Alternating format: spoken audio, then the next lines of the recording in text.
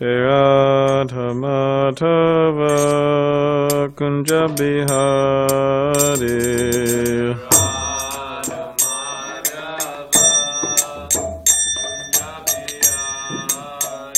Jaya Radha Madhava Kunja Bihari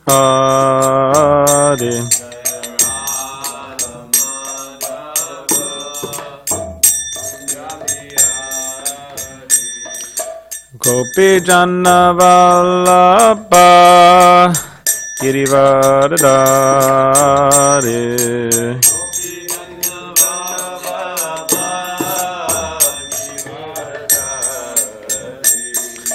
Gopi Janna Vallabha Girivardhari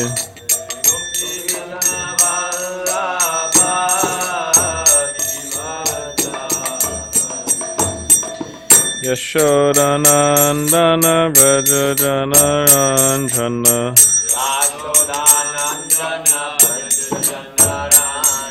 Yashodanandana Vrajajana Ranjana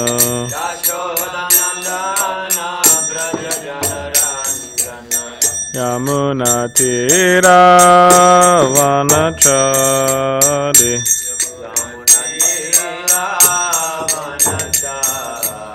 Yamuna Tira Vanachari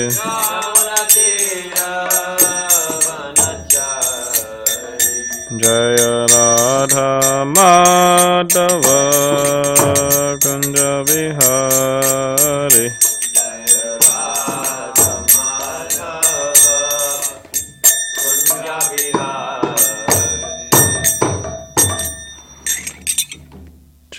Shri Jayam Vishnupad Paramhamsa Parivrajacharya Ashtotra Shatashri Srimad Divine Grace A.C. Bhaktivedanta Swami Srila Prabhupada Ki Jai Jayam Vishnupad Paramhamsa Parivrajacharya Ashtotra Shatashri Srimad Divine Grace Srila Bhakti Siddhanta Saraswati Thakur Prabhupada Ki Jai Ananta Koti Vaishnava Vrinda Ki Jai. All glories to the simple devotees. All glories to the simple devotees. All glories to the simple devotees. All glories to Shri Guru and Shri Gauranga.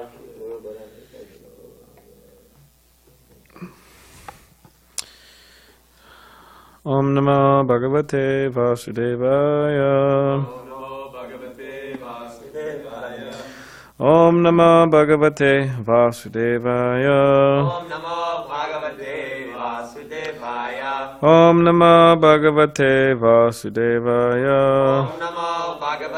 Vasudevaya. So, this morning we're reading from Srimadbhagavatam, Canto 4, entitled Creation of the Fourth Order, Chapter 8. Dhruva Maharaj leaves home, and we're on text 58. Paricharya Bhagavato Yavatya Purva Sevataha Ta Mantra Hridayenaiva Prayunjyan Mantra Murtaye Paricharya Bhagavato Yavatya Purva Sevataha Ta Mantra Hridayenaiva Prayunjyan Mantra Murtaye Paricharya Bhagavato Yavatya Purva Sevataha Ta Mantra Hridayenaiva Prayunjyan Mantra Murtaye Paricharya Bhagavato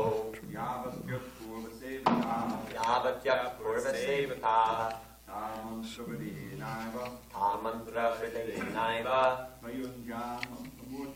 Prayunjyan Mantra Murtaye Paricharya Bhagavato Yayatvaya Purva Sevata Yavatya Purva Sevataha Ta Mantra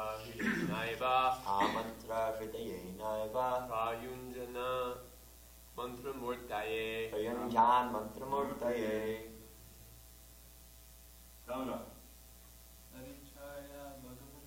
Paricharya bhagavato yavatya purvasevikaha tamantra hridayenaiva prayanjan mantramurtaye Paricharya bhagavato yavatya purvasevikaha Amantra hridayenaiva prayanjan mantramurtaye Okay, what would be word translation? Paricharyaha. Service. Bhagavata. Of the personality of Godhead. Yavatyaha. They are prescribed. As above mentioned. Purvasevitaha. Recommended or done by previous acharyas. Taha. That. Mantra. Hymns. Hridayena. Within the heart. Eva. Certainly. Prayunjat. One should worship. Mantramurtaye. Who is non-different from the mantra. Translation. One should follow in the footsteps of previous devotees regarding how to worship the Supreme Lord with the prescribed paraphernalia, or one should offer worship within the heart by reciting the mantra to the personality of Godhead. Who is non-different from the mantra? Purport. It is recommended here that even if one cannot arrange to worship the forms of the Lord with all recommended paraphernalia, one can simply think about the form of the Lord and mentally offer everything recommended in the Shastras, including flowers, chandan pulp, conch shell, umbrella, fan, and chamara. One can meditate upon offering and chant the 12-syllable mantra. I'm just one. But the upon. It says upon. Does yours say upon? Okay. Okay. One can meditate on offering and chant the 12-syllable mantra, Om Namo Bhagavate Vasudevaya. Since the mantra and the Supreme Personality of Godhead are non-different, one can worship the form of the Lord with the mantra in the absence of physical paraphernalia. The story of the Brahman who worshipped the Lord within his mind, as related in Bhakti Rasamrita Sindhu, or the Nectar of Devotion, should be consulted in this connection. If paraphernalia is not present physically, one can think of the items and offer them to the deity by chanting the mantra. Such are the liberal and potent facilities in the process of devotional service.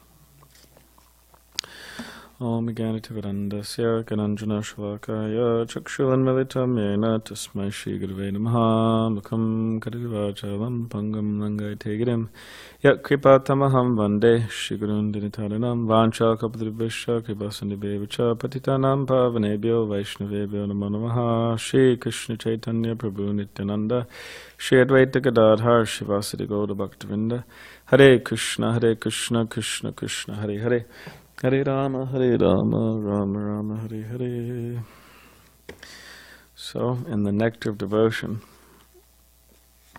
Prabhupada, in the purport, he's saying the story of the Brahman who worshipped the Lord within his mind, as related in Bhakti Rasamrita Sindhu, or the Nectar of Devotion, should be consulted in this connection. So, I'll just read about this story, about the Brahman and the Nectar Devotion. So you ready? Is everybody ready to hear the story? All good. In some of the Puranas, the evidence is given that if someone is simply meditating on devotional activities, he has achieved the desired result and has seen face-to-face the Supreme Personality of Godhead. In this connection, there's a story in the Brahma Vivarta Purana that in the city of Pratishtanapur, in South India, there was once a Brahmin who was not very well to do. I'm wondering how long is the Brahma Vivarta Prana? I mean, not many devotees read it. Like how many verses? Yeah. Okay. Okay. Brahma Vivarta Prana, that in the city of Prishtanapur in South India there was once a Brahmin who was not very well to do, but who was nevertheless satisfied in himself, thinking that it was because of his past misdeeds and by the desire of Krishna that he did not get sufficient money and opulence. So he was not at all sorry for his poor material position, and he used to live very peacefully. He was very open-hearted, and sometimes he went to hear some lectures delivered by great realized souls. At one such meeting, while he was very faithfully hearing about Vaishnava activities, he was informed that these activities can be performed even by meditation. In other words, if a person is unable to actually perform Vaishnava activities physically, he can meditate upon the Vaishnava activities and thereby acquire all of the same results. Because the Brahmin was not very well to do financially, he decided that he would simply meditate on grand, royal, devotional activities, and he began this business thus. Sometimes he would take his bath in the river Godavari. After taking his bath, he would sit in a secluded place on the bank of the river, and by practicing the yoga exercises of pranayama, the usual breathing exercise, he would concentrate his mind. These breathing exercises are meant to mechanically fix the mind on a particular subject. That is the result of the breathing exercises, and also of different sitting postures of yoga. Formerly, even quite ordinary persons used to know how to fix the mind upon the remembrance of the Lord. And so the Brahmin was doing this. When he had fixed the form of the Lord in his mind, he began to imagine in his meditations that he was dressing the Lord very nicely in costly clothing, with ornaments, helmets, and other paraphernalia. Then he offered his respectful obeisances by bowing down before the Lord. After finishing the dressing, he began to imagine that he was cleaning the temple very nicely. After cleansing the temple, he imagined that he had many water jugs made of gold and silver, and he took all those jugs to the river and filled them with the holy water. Not only did he collect water from the Godavari, but he collected from the Ganges, Yamuna, Narmada, and Kaveri. Generally, a Vaishnava worshipping the Lord collects water from all these rivers by mantra chanting. This Brahmin, instead of chanting some mantra, imagined that he was physically securing water from all these rivers in golden and silver water pots.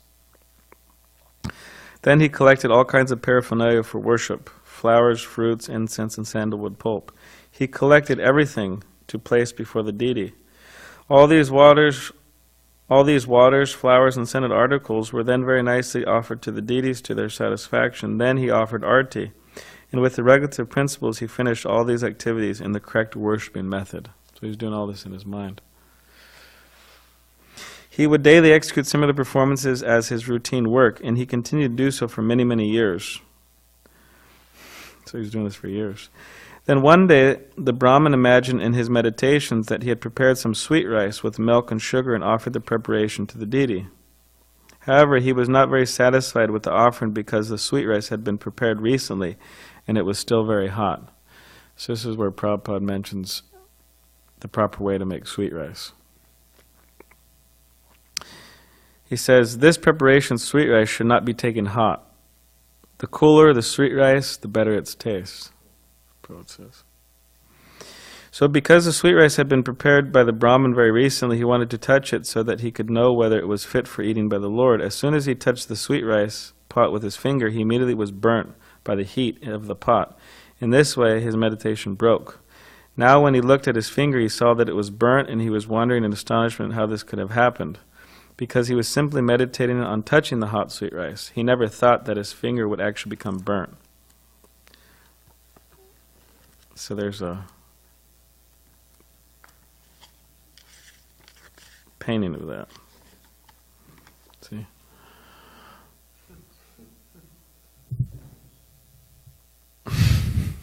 He's got burnt. He looks surprised.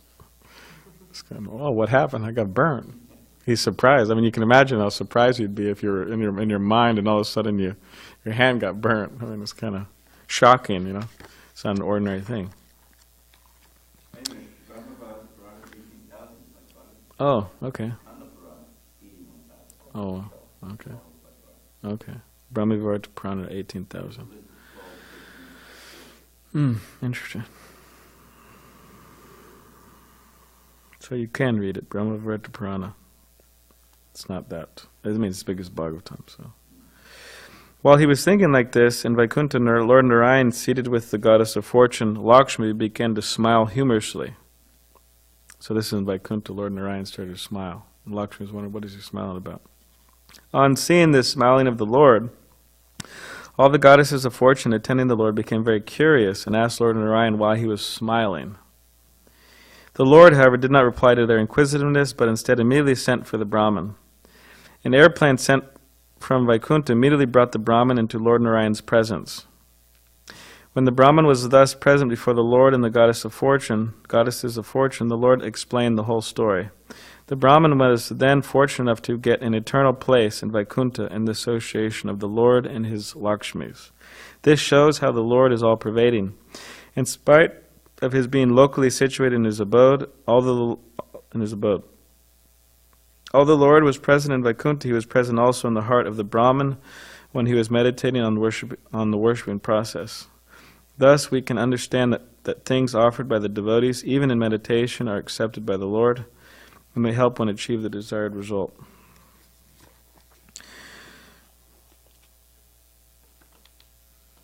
So yeah, that's what Prabhupada's saying, the purport that even if one cannot physically get the paraphernalia on this plane, then one can within their minds do the whole worship process as was this Brahman doing. So of course there may not be so many circumstances in which will be put in those situations. I mean, if there's so many offerings here every day that need to be cooked, right? 6 offerings or whatever, so many. Or artis. Now if we're upstairs and someone comes knocking on our door, hey, it's your day to cook the offering. Oh no, Prabhu, I'm doing it in my mind, I'm downstairs and I'm meditating and so that's not going to work. So if we can do it on this plane, then we should. And generally that is the case, right? I mean, there was, Bhajanarayan Swami tells us, that there was, I think Vishnu Jan Swami and the devotees are traveling through the Midwest, or maybe the Bible Belt. And sometimes people, especially back then, people didn't understand, like bunch of bald guys with paint on their face and the orange cloth. It just looked absolutely bizarre, like it was like they came from like they're aliens or something, coming from outer space. Especially small towns there, just people couldn't relate to it.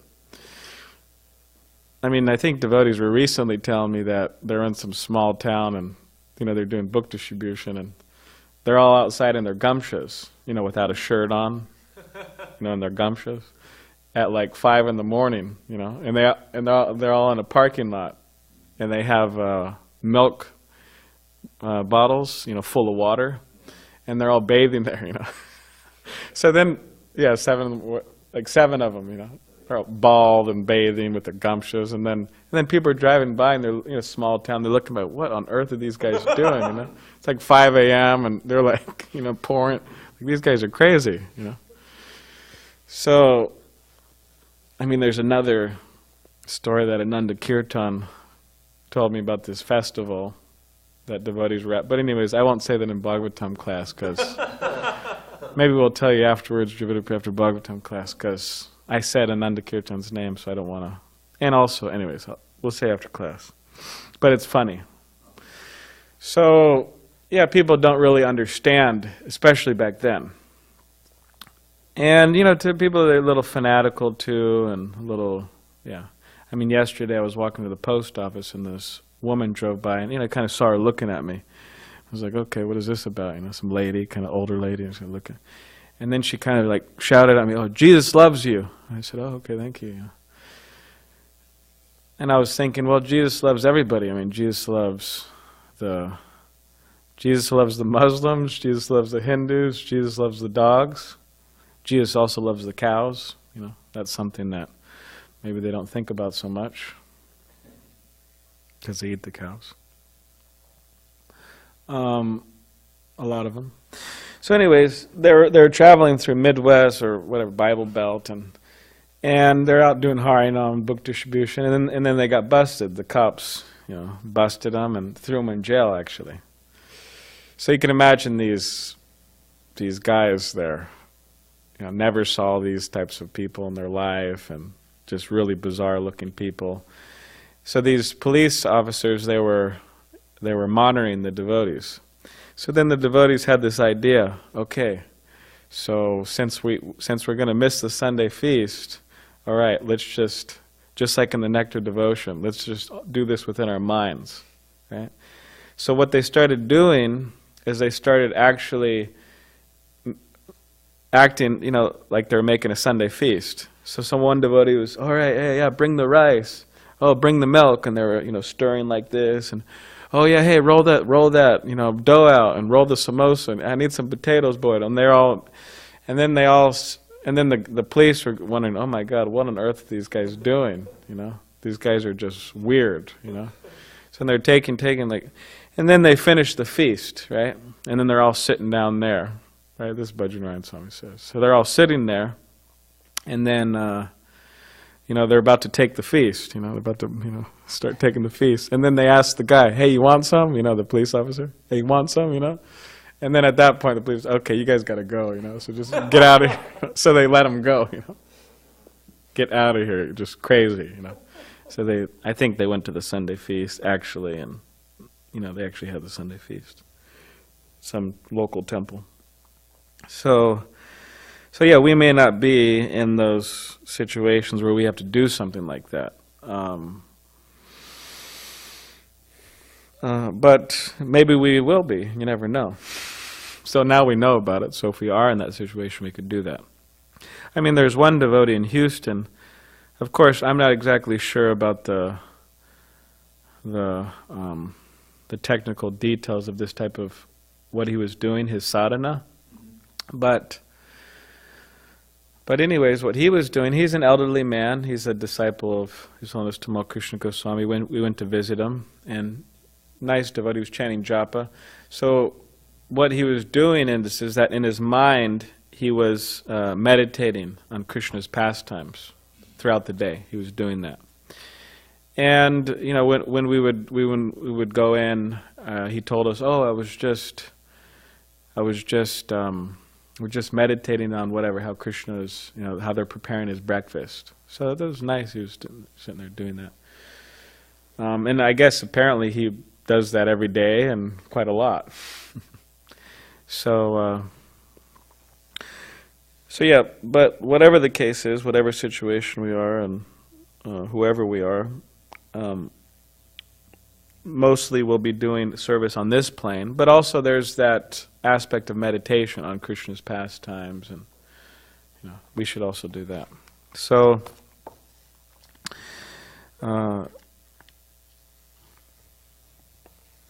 and Srila Prabhupada mentions that we should follow authorities. Now, sometimes we hear that word authority and, oh wow, that's like really bad, that's like a bad word, you know.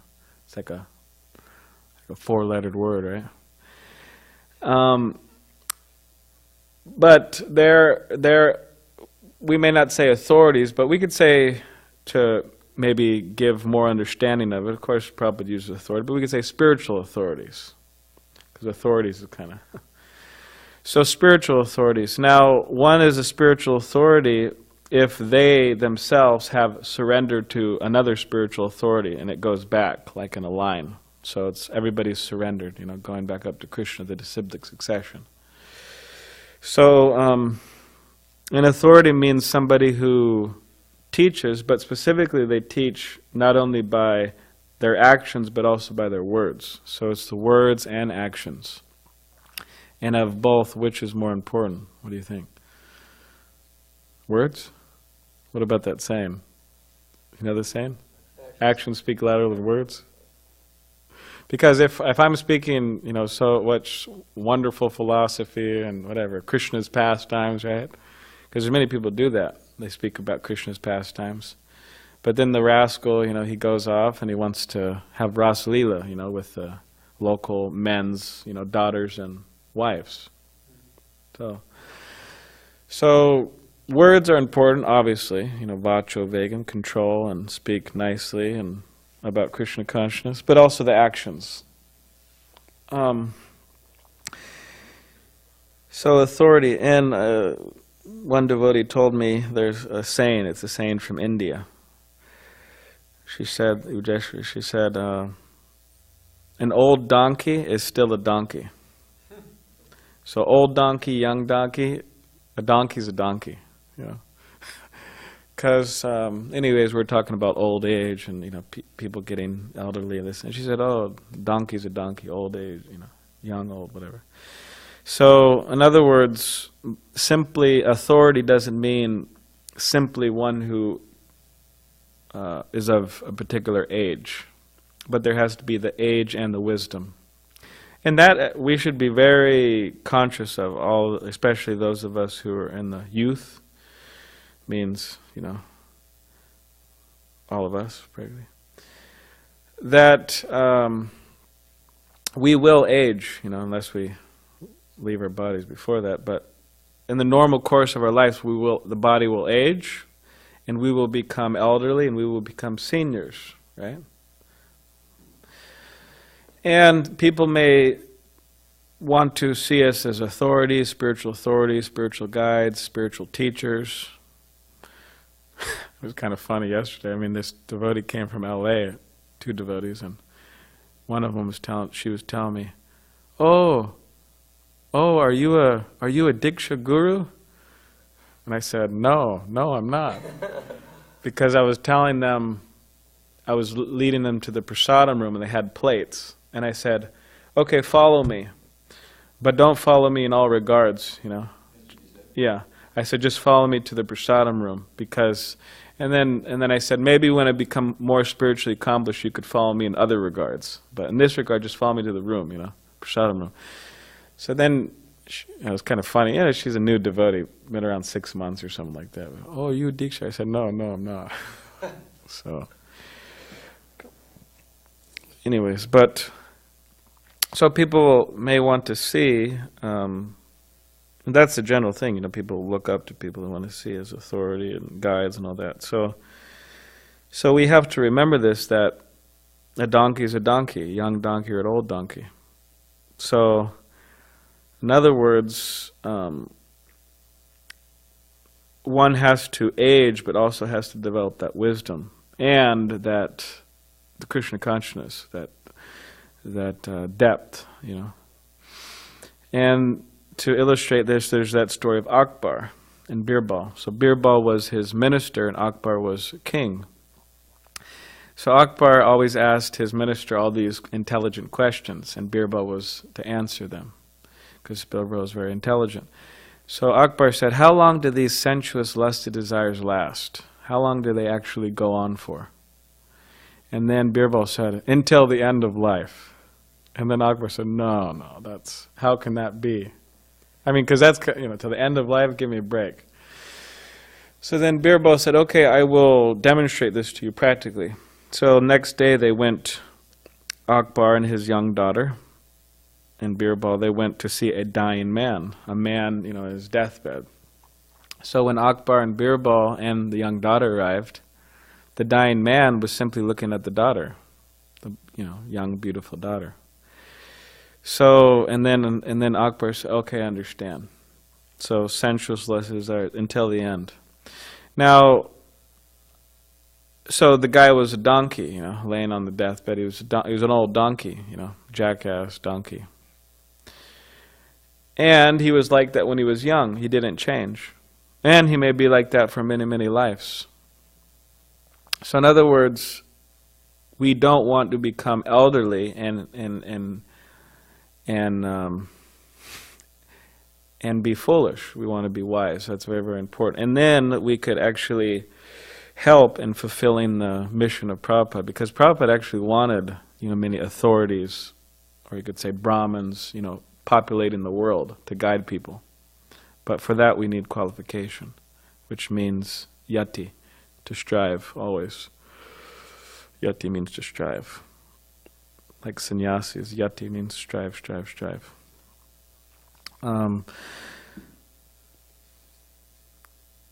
So yeah, this idea of actions speak louder than words, and people may say, "Oh, I love you," right? I love my guru. I love Srila Prabhupada. I love Krishna. I love the devotees, right? I love prasadam. So, but there has to be some proof. Okay, what is your proof? If you're making a claim, you have to prove it. So the proof the proof is that is our unfailing determination, our steady determination to fulfill, the goal of life. That's our proof. So we should have that. So in other words, we should have that strong desire, and the desire comes out in our activities. We could say, "Oh, I really have compassion for the conditioned souls, and I really want to preach Krishna consciousness," but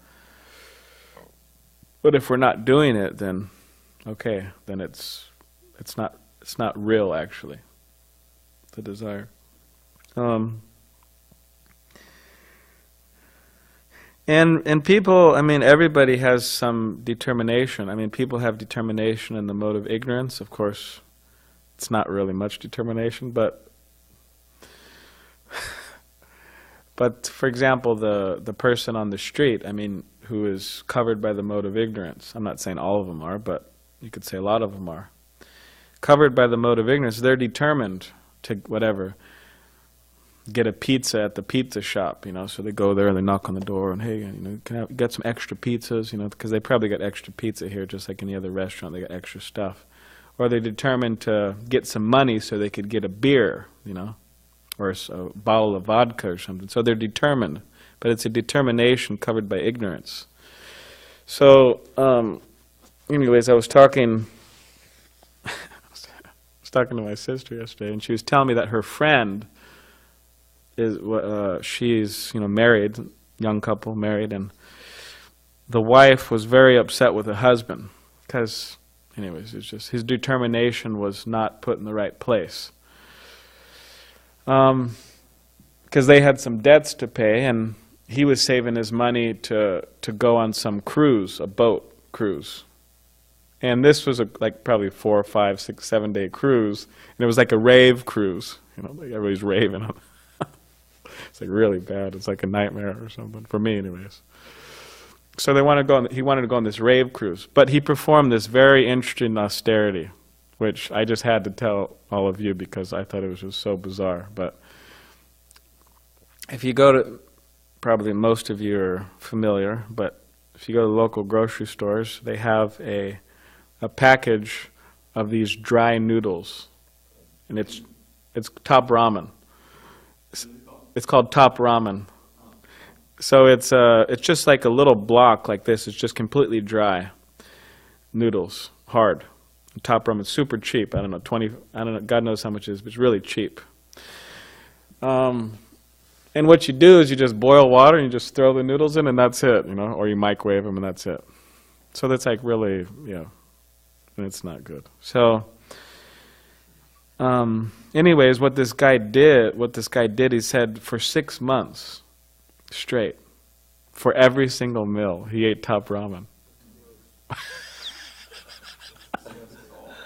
I don't know.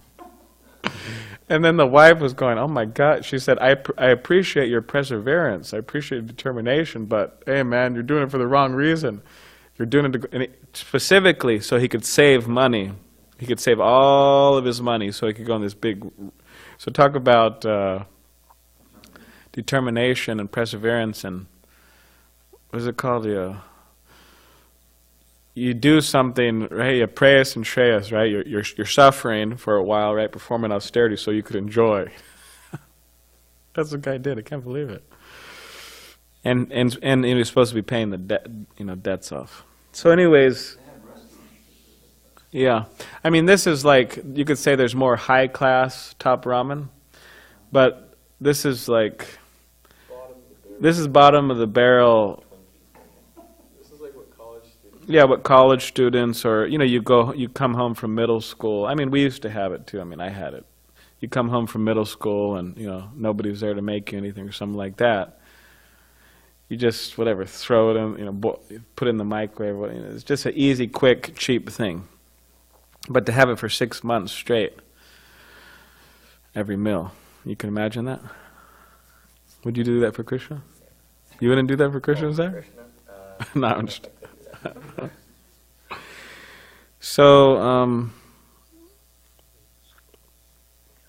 so the idea is that we want to